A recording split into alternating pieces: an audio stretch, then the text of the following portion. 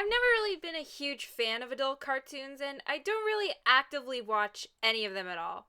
There's something I've considered watching, like Futurama and BoJack Horseman, but I'm still kinda hesitant. The reason why I don't watch most adult cartoons like Family Guy or South Park is because they seem to be a big sex and gore fest.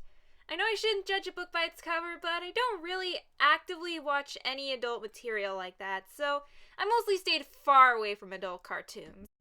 But there is one exception. Final Space. I owe it all to Little Kato, who, yes, is my favorite character. But aside from Little Kato, who will always be my number one favorite, the show has a lot of great characters. I could go on about all my favorite characters, but today I'll only be focusing on one of them, and that character is Ash. So Ash is a new character from Season 2. And honestly, when I first saw Ash, I hated her. And before anyone decides to flame me in the comments, I know I have some explaining to do. And honestly, it's hard to believe that a character that at the beginning I couldn't stand would end up becoming one of my favorites.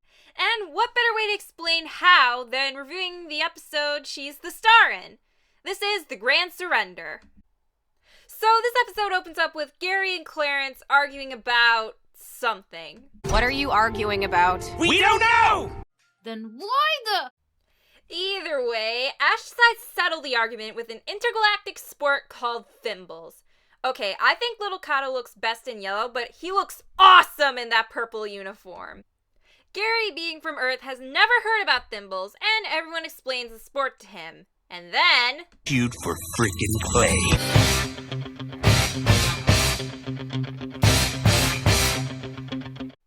At one point in the match, Ash rolls up her sleeve and reveals a tattoo that Hugh identifies as a dimensional key that's kept hidden away on Serpentis, which just so happens to be Ash's home planet, and she doesn't seem so eager to go back as she has a violent outburst, which sets Hugh on fire!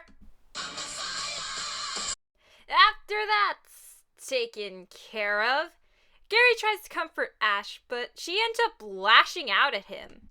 At first, when I watched this scene, I was kind of annoyed at Ash for snapping at Gary when he was just trying to help her, but then I realized it's a little deeper than that, and something I could actually connect with.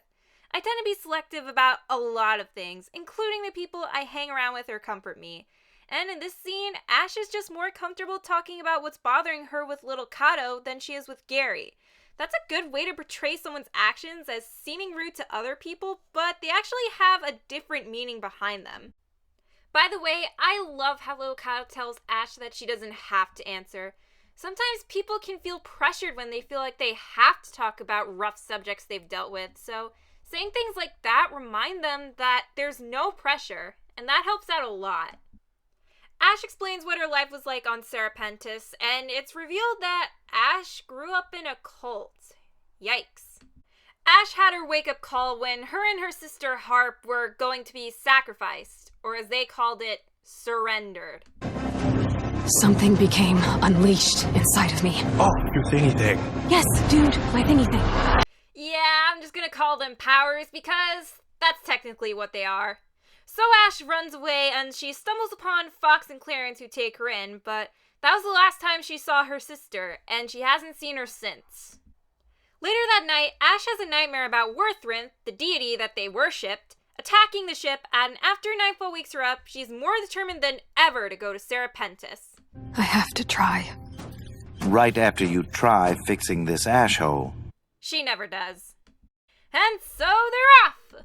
Nightfall, Fox, and Hugh all stay behind on the Crimson Light while everyone else goes to search for the dimensional key. And Clarence decides to traumatize the kids. Lovely.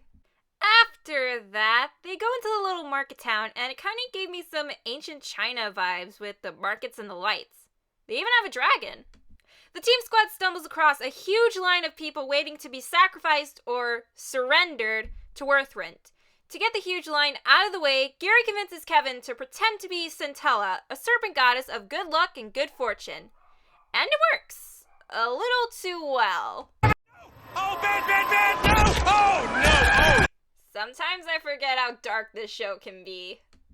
After a moment of silence, the team squad goes back to business. Okay. Meanwhile, back on the Crimson Light, Nightfall and Fox discover an alien trying to hijack the ship so he could go to his wedding. So they decide to give the guy a hand. Can throw the bachelor party in Hugh-Town. Come on, y'all. Get up. Get up. Get up. Hey, yo, what the fuck? Back with the others, they make it to Worthrant's little lair, and Ash provokes him into coming out. And he wants to eat her and the others. I'm an onion ring. You sure not a little baby nugget, little Kato? Because you fit that description. But he gulps them all down and... Oh my goodness! They surrendered a dog? Anyway, they find out the key is in the heart of the beast, but they're approached by this old hag who guards the key. The guard wants them to do some riddles. And honestly, I'm with Gary. This bit honestly felt like filler. Although, why is Gary such a mood? Juju on that beat, juju on that beat, juju on that, juju on that, juju on that beat. Yeah, this riddles bit honestly isn't that important. Just know that Ash looks for her sister during this time and Kevin murders the guy. Wait, what? And they finally get the key, but the inside of Worthrant is about to combust, so they make a break for the portal right as Ash finds her sister. Or at least what's left of her. But little Kato, being the best character yet again, although when is he not, goes back for Ash and... Yeah, this scene isn't as heartbreaking for me as it is bone-chilling. But they make it out okay, and it starts to rain guts. Disgusting. Later, back on the Crimson Light, little Kato decides to check and see if Ash is okay. And then we have a nice heart-to-heart with these two. At this point in time, I don't ship little Kato and Ash, but if the show decides to drop hints of the two being more than friends, then I might just hop on board. Either way, I love that they could both bond with each other, either romantically or not.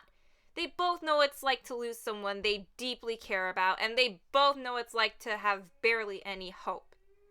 They may not have been there for each other when both of these incidents happen, but they can most definitely help each other through their grief. So everyone is off to bed, and the random alien from earlier is off to his wedding, but sadly he doesn't make it. And I mean that in more ways than one. So that was the Grand Surrender! While I definitely think that episodes like The Other Side and The Closer You Get are my favorite episodes of this season, this episode is still great. I definitely came around to Ash after this episode. I used to think that Ash was kind of annoying and even a Mary Sue at times, but this episode definitely gave her a lot of depth, which I think she needed. There still is a lot more potential for a character that hasn't been met yet, but hey, Season 3 comes in 2 weeks, so who knows? Either way, Ash has come a long way from being a character who I previously hated to one of my top favorites, and that's definitely something to be proud of. Good job, Ash.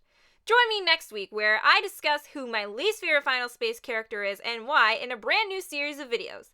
Character analysis videos. That's all I wanted to say for now. See you, peeps! Alright, now let's get this piece of trash over with.